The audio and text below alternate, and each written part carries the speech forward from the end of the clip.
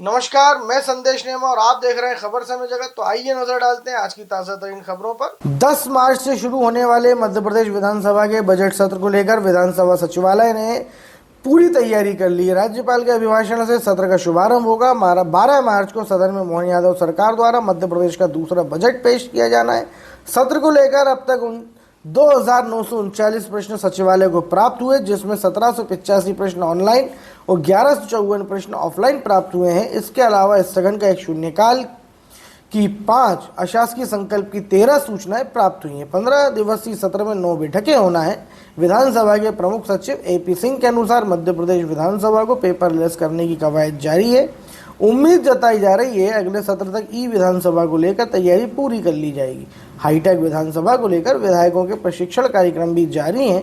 अभी तक ऑनलाइन और ऑफलाइन प्रश्न प्राप्त हो रहे हैं। विधानसभा होने के बाद प्रश्न और उनके उत्तर ऑनलाइन हो जाएंगे। पूर्ण बजट सत्र है और विधानसभा सचिवालय पूरी तरह से तैयार है। माननीय सदस्यों से भी सतत सूचनाएं आ रही हैं। प्रश्नों का जैसे आपने बताया कि 2,939 करीब प्रश्न अभी आ चुके हैं। ध्यानाकर्षण सतत रूप से अभी 2 दिन पहले शुरू हुए हैं, तो वो सूचनाएं आ रही हैं और अशासकीय संकल्प हैं। अन्य सूचनाओं भी अब सतत रूप से जैसे सदन चलेगा, सदस्यों का अधिकार है, वो देते रहेंगे।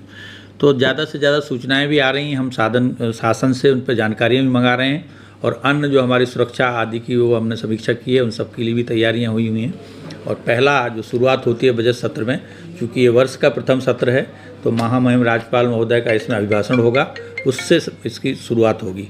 और चूँकि बजट सत्र जैसे मैंने कहा, तो फिर नियत समय पर बजट भी प्रस्तुत किया जाएगा और उस पर फिर विस्तार से चर्चा होगी, विभागवार चर्चा भी होगी, अभिभाषण के कृतज्ञता ज्ञापन पर भी चर्चा होगी, मुख्यमंत्री जी का भी जवाब आएगा और सभी विभागों के मंत्रीगण का और वित्त मंत्री जी का तो आएगा ही आएगा। तो इस तरह से बहुत महत्वपूर्ण सत्र है और माननीय सदस्य जनहित के विषय प्रभावी ढंग से उठाएंगे।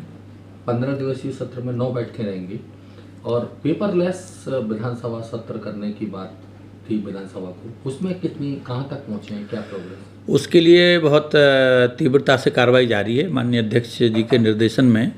और जहाँ तक व्यवस्थाओं की बात है, तो हमारा एक हमें नेवा सेवा केंद्र उसको कहते हैं, जो प्रशिक्षण केंद्र हमने वो बना लिया है और माननीय सदस्यों को और अधिकारियों को उसमें प्रशिक्षण दिया जाएगा।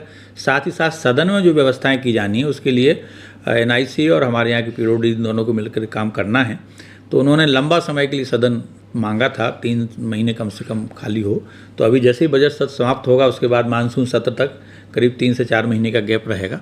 उस दौरान ये सारी व्यवस्थाएं सदन में, केबल वगैरह लगनी है, वो लग जाएंगी। माननीय सदस्यों के टेबल पर जो टैब लगाए जाने हैं, वो NIC परचेज कर रही है, वो करके वो लगाए जाएंगे। तो ये सारी व्यवस्थाएं इस दौरान हो जाएंगी और हमारा प्रयास है कि अगले मानसून सत्र में ये विधान परियोजना यहाँ लागू हो जाए।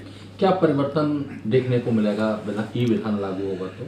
देखिए, उसमें ज़्यादातर जो जानकारियाँ होंगी वो ऑनलाइन आ जाएंगी, सॉफ्ट कॉपी में आएंगी। अभी जो बहुत सारे पेपर छप करके आते हैं, वो पेपर छप करके नहीं आएंगे। हम शासन को जानकारियाँ माननीय सदस्यों से जो भी सूचनाएं आती वो भी ऑनलाइन आएंगी। विभागों को हम भेजेंगे, वहाँ से भी ऑनलाइन जानकारी प्राप्त करेंगे। फिर उनका संकलन बना करके अभी हम जो छपाते थे उसके स्थान पर हम उसमें PDF के रूप में और उनके कंप्यूटर पर, लैपटॉप पर चली जाएंगी वो। तो माननीय सदस्य उसी से अध्ययन करके, अवलोकन करके फिर सदन की कार्रवाई में भाग लेंगे और अपना वहाँ जो भी परफॉर्मेंस है वो देंगे। ऐसी रोचक खबरों के लिए जुड़े रहिए खबर समय जगत के साथ ही हमारे चैनल को लाइक एवं सब्सक्राइब अवश्य करें।